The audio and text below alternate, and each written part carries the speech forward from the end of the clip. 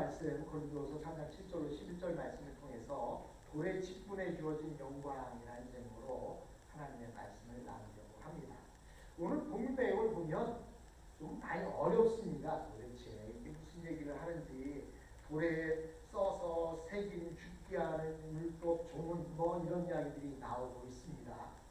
그러나 우리 하나님의 말씀을 함께 나누면서 이 부분들이 잘 이해가 되어지는 시간이 되었으면 합니다. 여러분, 한국 사람들이 좀 잘 쓰는 말 가운데 하나가 뭐냐면 카리스마라는 말을 잘 씁니다. 카리스마. 저 사람은 카리스마가 있어. 저 목사님은 카리스마가 있어. 이런 이야기를 많이 사용합니다. 근데 이 카리스마라고 하는 말의 어원은 신이 주는 축복이다, 이런 뜻을 가지고 있어요. 또는 재능이라는 그런 뜻을 가지고 있습니다. 즉 신이 주신 재능이 있는 사람이다. 뭔가 다른 사람이다. 다른 사람에 비해서 뭔가 좀 근엄해 보이거나 뭔가 달라 보이는 그 모습을 이야기할 때 카리스마라고 이야기하는데요. 이 카리스마를 신학적인 용어로는 하나님이 주신 은사다라는 뜻으로 사용되어지는데, 근데 그게 언제부터인지 하나님이 주신 은사라는 말보다는 하나님이 부여한 권위다, 하나님이 그 사람에게 권위를 부여했다라는 의미로 사용되고 있습니다. 그런데 이 세상에서 이 카리스마라고 하는 단어가, 즉 권위라는 단어가 사용되어지는 데는 두 가지 이유로 사용되어집니다. 하나는 사회가 부여한 권위, 카리스마가 있습니다. 예를 들어서 법원에서 판사가 갖는 권위가 바로 이것에 속합니다. 판사가 판사의 권위를 가지고 법규문에 맞추어서 재판에서 망치를 3번 들이면서 판결을 했는데 그 판결을 사람들이 인정하지 않는다고 한다면 그것은 크나큰 문제가 됩니다.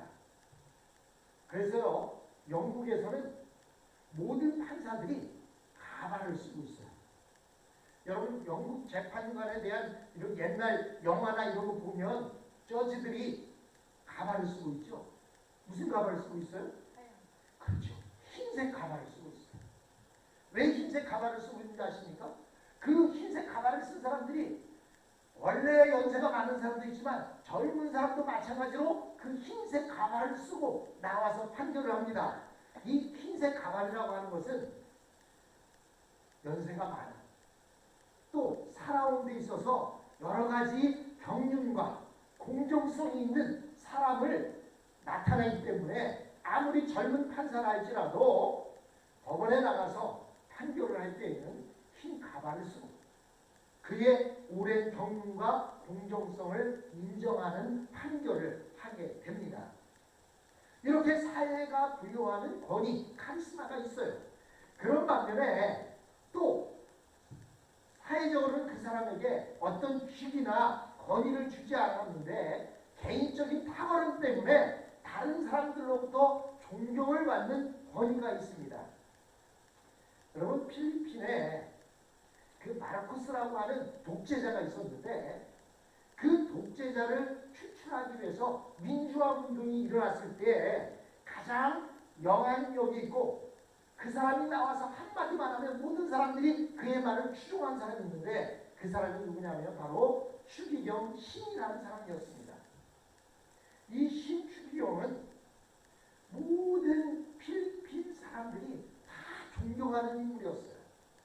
그에게 무슨 사회적 권위를 부여하는 것이 아니지만 그가 매스컴에 나와서 한마디만 하면 모든 사람들이 그의 말에 권위를 주고 그의 말을 따랐습니다. 그럴 수 있었던 이유는 필리핀의 90%의 백성들이 천주교를 믿고 있어요.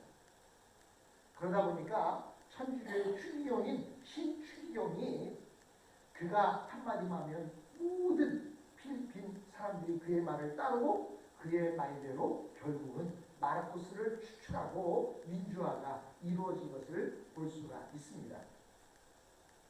여기서 우리가 관심을 갖는 것은, 그렇다면 우리 사회에서 목사의 말을 마지막으로 믿을 수 있는 최고의 권위로 생각하는 사람이 얼마나 있느냐라고 하는 것입니다. 입장에 따라 다르겠지만 신앙을 갖지 않은 사람들은 목사가 무엇을 하는 사람인지조차도 잘 모릅니다. 그런 사람들은 사찰에 스님이 있듯이 교회에는 목사가 있다라고 이렇게 생각할 것입니다. 그런 사람들은 목사를 속세에 때가 묻지 않은 속인들과는 조금 다른 신선한 그런 정신을 가진 사람이지 않겠는가 이렇게 생각할 것입니다. 여러분, 목사를 가장 존경하는 사람이 누군가 생각해보면요. 누굴 것 같아요? 바로 신비주의적인 신앙을 가진 사람들이 아닌가 생각이 듭니다. 그들은 하나님의 축복이 하나님의 종인 목사를 통해서 자기에게 온다고 믿기 때문에 그들의 축복을 받으려고 노력하다 보니까 목사를 가장 존경하는 인물로 따르는 경우가 있습니다. 이런 경우에는 신비적인 체험을 많이 가진 목사는 목사일수록 더 강한 카리스마를 가지게 될 것입니다. 그래서 이단 지도자들이 카리스마를 갖게 되는 것입니다. 그 이유가 바로 이곳에 있습니다. 뭔가 신비적인 체험을 한 저 목사님, 저 목사님은 하나님 바로 다음 사람이야. 뭐 이런 생각을 가지게 되기 때문입니다.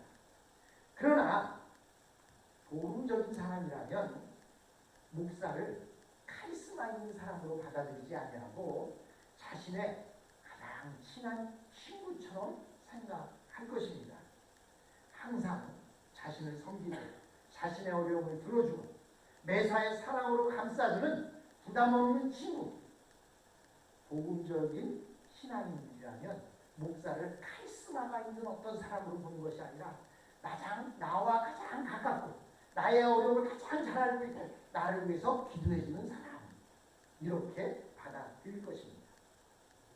그럼 제가 왜 서론에 카리스마를 강조하고 있느냐.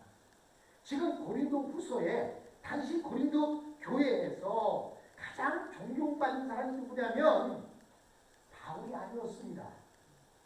누구냐면 바로 유대교의 랍비들이었습니다. 사도 바울은 이 랍비들을 누구라고 말하냐면 돌에 써서 새긴 죽게 하는 의문의 직분을 가진 사람이다 라고 이렇게 표현하고 있습니다. 쉽게 말하면 율법을 가르치는 사람이다. 돌에 새겼다는 게 뭐예요? 쉽게 말하면 하나님께서 돌에 율법을 새겨주셨잖아요. 그 돌에 새겨주신 죽게 하는 의문의 직분이다. 그것으로 인하여 사람들이 죄로 인하여 죽게 하는 의문의 직분, 그것을 가르치는 직분을 가진 사람이라고 이렇게 부르고 있습니다. 고린도 교회의 문제는 무엇이냐면 그들이 아직 제대로 성장도 하지 못했는데 그들의 상태에서 성령의 은사를 받다 보니까 그것도 말씀의 은사가 아닌 어떤 신유의 은사, 신비의 은사를 받다 보니까 걸음마도 뛰지 않는 사람이 날아다니려고 하는 그러한 모습을 보였던 것입니다. 즉 신앙으로 차곡차곡 말씀으로 자라야 되는데 말씀으로 자라지 않고 신비적인 것만 들어가다 보니까 교회가 무질서해진 것입니다. 말씀을 가지고 조목조목 자라가기를 원하는 사람들에게 신비적인 신앙을 가진 사람은 어떻게 해요? 그들이 그 신비적인 신앙을 가지고 주장하기 시작하면 말씀을 가지고 주장하는 사람들이 살아갈 수가 없어요. 왜냐하면 신비적인 사람은 내가 경험해봤는데 내가 인사를 체험했는데 내가 이렇게 이야기 나오면 사실 어려워집니다. 바로 고린도 교회가 현재 그런 상태로 있었던 것입니다. 여러분, 그런데 이런 고린도 교회에 유대교의 랍비들이 그 고린도 교회에 들어오게 된 것입니다. 그런데 들어와서 보니까요, 이 랍비들은 하는 행동부터가 뭔가 웅장해 보이고 존경스러워 보입니다. 여러분, 천주교 미사를 참여해 보셨습니까? 천주교 미사를 가보면요, 미사 자체가 왠지 모르게 우리로 하여금 중압감을 느끼게 하고 뭔가 힘스럽게 느껴지게 하고 뭔가 우리를 하여금 고개를 숙이게 만드는 그런 모습들이 있어요. 근데 우리 개신교 예배는 어떻습니까? 자유분방하지 않습니까? 근데 바로 이 랍비들, 유대교 랍비들이 들어왔는데 보니까 입은 복장도 다른 사람들과 다르고 또 그들이 말하는 모습도 뭔가 목에 힘이 들어가서 말을 하고 뭐 이런 모습을 보니까 그들의 그 카리스마에 고린도 교인들이 눌렸던 것입니다.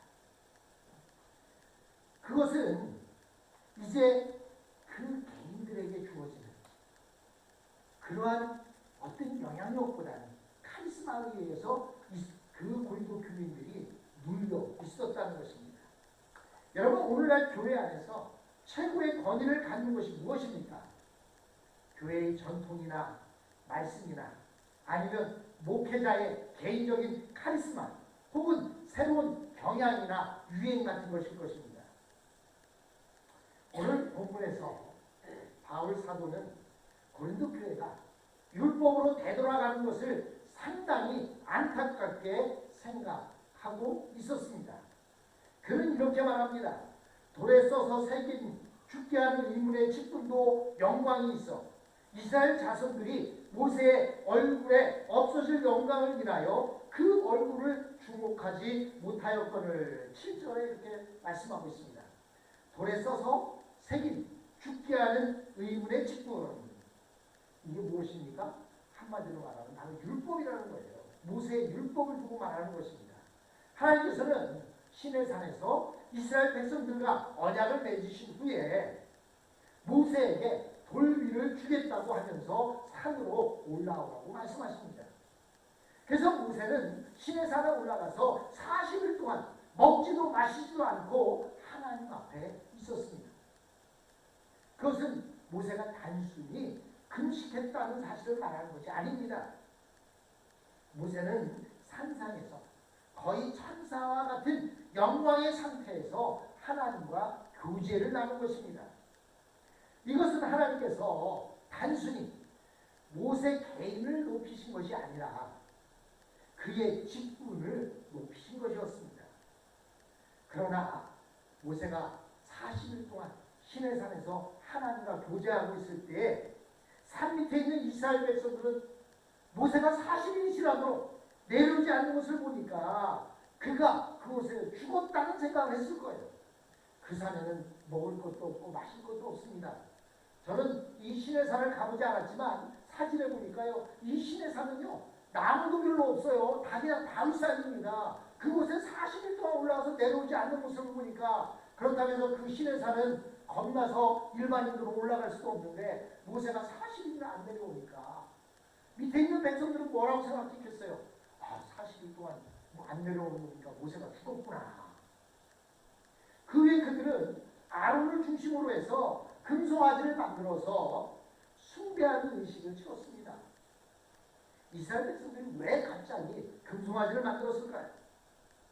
그것은요, 그들이 애굽에 있을 때 애굽 사람들이 금송아지를 숭배하고 있는 모습을 보았기 때문입니다.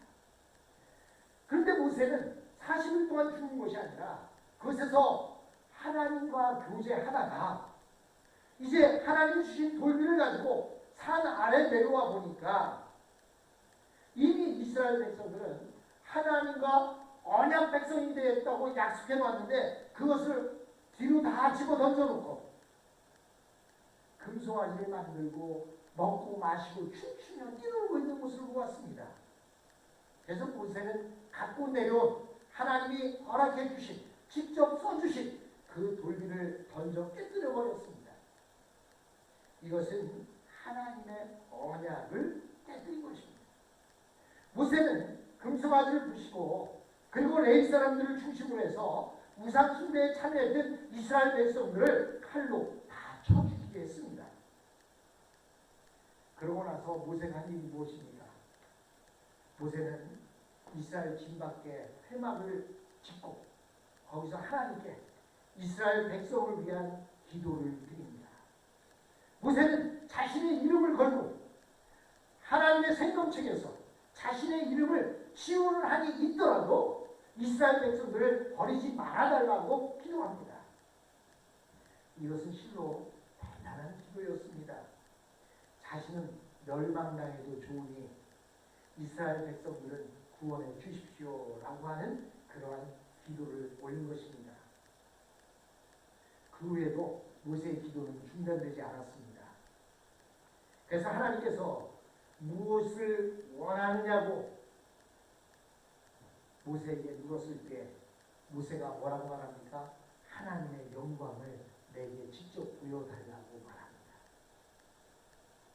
모세는 이스라엘 백성들의 문제는 법으로 해결될 일이 아니라는 사실을 알았습니다. 율법 이상의 은혜가 그들에게 필요했습니다. 돌에 새겨진 두 돌비로는 도저히 이 백성들을 인도할 수 없다는 생각이 들었던 것입니다. 아무리 돌비에 언약을 새겨도 금송아지나 만들고 있으니 그 돌비를 깨뜨릴 수밖에 없었습니다. 모세는 이스라엘 백성들에 대한 실망감이 너무나도 커서 도저히 법으로는 안 되겠다고 생각한 것입니다. 그래서 모세는 법 말고 그것을 이길 수 있는 다른 힘을 달라고 기도하는 것입니다. 그 힘이 무엇입니까? 하나님의 영광을 보는 것입니다. 하나님께서는 모세의 기도를 들으시고 그를 발틈에 세우시고 손으로 덮으셨다가 하나님이 지나가실 때에 그분의 하나님의 등을 보게 하셨습니다. 모세가 하나님의 얼굴을 본 것이 아니에요. 무엇을 봤어요? 하나님의 등을 보았습니다. 물론 하나님은 사람이 아니시기에 얼굴이나 모습은 없습니다. 그러나 사람들이 이해할 수 있도록 하나님을 사람으로 의인화하면서 모세가 본 것은 하나님의 등이었다고 말합니다. 그러면 가장 빛나는 광채는 어디에 나타날까요? 여러분, 가장 빛나는 모습, 우리가 처음 보면 그 사람의 등을 쳐다보나요? 얼굴 보지 않습니까? 왜 얼굴을 봐요? 얼굴이 그 사람의 전부라고 생각하기 때문에 얼굴을 보는 겁니다. 그 얼굴이 이쁘든 믿든 그것이 문제가 아니라 얼굴을 봐야 저 사람이 그 사람이구나 아는 거예요. 등만 쳐다보면 이게 이 사람의 등인지 저 사람의 등인지 잘 구별이 안 됩니다. 그런데 그래서 이곳에서 표현해 놓기는 하나님을 인간처럼 표현하면서 그의 얼굴을 본 것이 아니라 그의 등을 본 것이다 라고 이렇게 기록해 놓고 있는 것입니다. 여러분, 만약에 모세가 하나님의 얼굴을 보았다면 어떻게 되었을까요? 그는 죽었을 것입니다. 하나님의 등을 봤는데도 그 영광의 광채가 얼마나 빛났든지 여러분 모닥불 펴놓고 그것에 얼었던 손을 만진다고 감다 보면 얼굴이 불그레해집니다. 왜 그래요? 그 불빛 때문에 얼굴이 뜨거워져서 얼굴이 붉게 상기가 됩니다. 여러분, 모세는 하나님의 등만 보았는데도 그 등을 본 그것 때문에 얼굴에 광채가 나는 거예요. 모세 얼굴에 광채가 나요. 다른 하나님을 보지 못한 사람들과 전혀 다르게 얼굴에 광채가 나는 거예요. 그 광채가 나니까 그 광채를 이스라엘 백성들이 쳐다볼 수가 없는 거예요. 그래서 모세는 사람들과 말할 때는 어떻게 했어요? 항상 얼굴에 수건을 썼습니다. 물론 그 뒤에 그 광채는 점점 사라지고 없어졌음에도 불구하고 모세는 수건을 쓰고 있을 수밖에 없었던 거예요. 왜? 그것이 카리스마였기 때문이었습니다.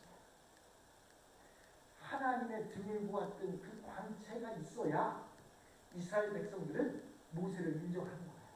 그 권위를 인정하는 거예요. 그래서 모세는 그 뒤에도 수건을 쓸 수밖에 없는 그런 상태에 있었습니다. 여러분, 하나님의 영광의 가장 밝은 부분이 얼굴인데 모세가 본 것은 하나님의 등으로 하나님의 영광의 가장 밝은 부분이 아니라 약간의 부분을 본 것입니다. 하나님의 얼굴은 바로 하나님의 영광의 광채시오. 그 본질은 바로 예수 그리스도이십니다. 그의 복음이 바로 얼굴의 광채인 것입니다. 여기서 사도 바울이 비교하고자 하는 것은 율법과 복음의 10분의 차이를 비교하고자 한 것입니다. 율법이 하나님의 영광의 등이라고 한다면 복음은 하나님의 영광의 뭐라고요? 얼굴이라고 말하고 있는 것입니다. 우리가 예배를 드리면서 기도할 때 주님, 주님의 낯을 우리에게 가리지 마시옵소서 이렇게 기도합니다. 주님의 낯, 주님의 얼굴을 우리에게 가리지 마시옵소서 이렇게 기도합니다. 이때 주의 얼굴을 우리에게 비친다라고 하는 것은 하나님의 능력의 말씀으로 우리를 깨우쳐 주시고 영혼을 치료해 주신다는 의미인 것입니다. 예배를 드리면서 하나님의 말씀을 듣는 것이 바로 하나님의 영광의 광채, 얼굴을 보는 것입니다. 예배를 드릴 때 우리는 어떤 사람의 말을 듣기 위해 모인 것이 아닙니다. 목사의 카리스마를 보기 위해서 모인 것이 아닙니다. 목사의 심리적인 능력을 보기 위해서 모인 것이 아닙니다. 우리가 이렇게 예배에 모인 것은 하나님의 은혜로운 낯을 뵙기 위해, 즉 하나님의 은혜로운 얼굴, 즉 복음을 듣기 위해 이 자리에 모인 것입니다. 사도 바울이 말하고자 하는 것은 율법이 중요하지 않다는 이야기가 아닙니다. 또 율법이 아무런 가치가 없다는 뜻이 아닙니다. 복음을 잘 듣고 예수를 잘 믿은 사람들은요, 율법도 잘 지키며 살아야 됩니다. 왜? 율법도 하나님의 등이니까. 하나님의 하나의 몸이니까 그렇습니다.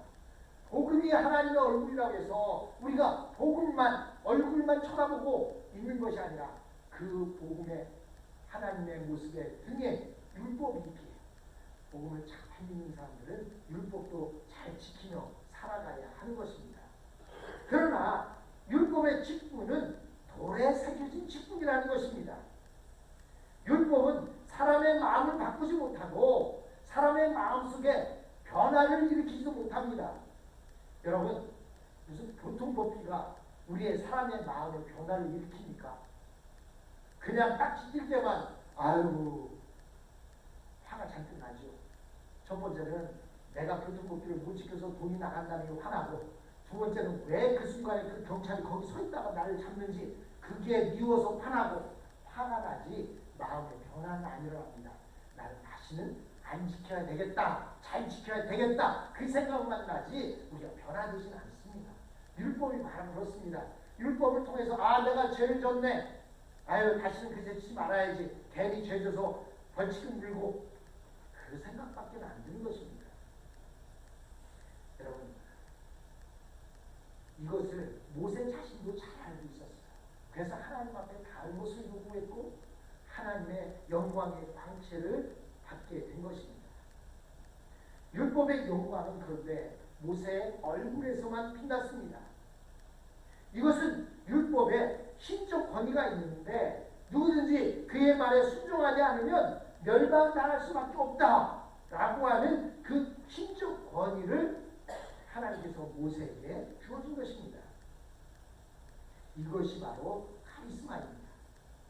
다시 말해서 모세의 얼굴에 빛나던 영광은 이후로 다른 사람들에게 감히 모세에게 대들거나 그의 권위에 도전하는 일이 없도록 하기 위해서 모세의 얼굴에 광채를 허락하셨던 것입니다. 카리스마는 얼굴에 나타나는 영광이지만 우리에게는 이런 외적인 카리스마가 필요한 것이 아닙니다. 무슨 목소리에 힘을 주고 머리에 힘을 주고 또는 무슨 옷을 이상야릇하게 입어서 카리스마를 갖는 것, 그것이 필요한 것이 아닙니다. 우리의 마음속에 새겨놓을 수 있는 하나님의 복음의 말씀이 필요한 것입니다. 그러나 우리는 외모로 사람을 판단해서는 안 됩니다. 외모를 보고 저 사람은 카리스마가 있네 없네 이런 판단을 해서는 안 됩니다. 뿐만 아니라 율법보다 더 중요한 것은 하나님의 얼굴을 보는 것, 즉 하나님의 은혜, 바로 복음을 만나는 것입니다. 복음에 취해 사는 저와 여러분이 되어야 합니다. 그래야 할 때 우리는 이 육신에 나타난 광채가 중요한 것이 아니라 바로 우리의 영에 있는 하나님의 그 복음이 얼마나 중요한지를 깨닫게 될 것입니다. 다음 주에는 그 율법의 역할이 무엇인가를 한번 생각해 보도록 하겠습니다. 모두 자리에서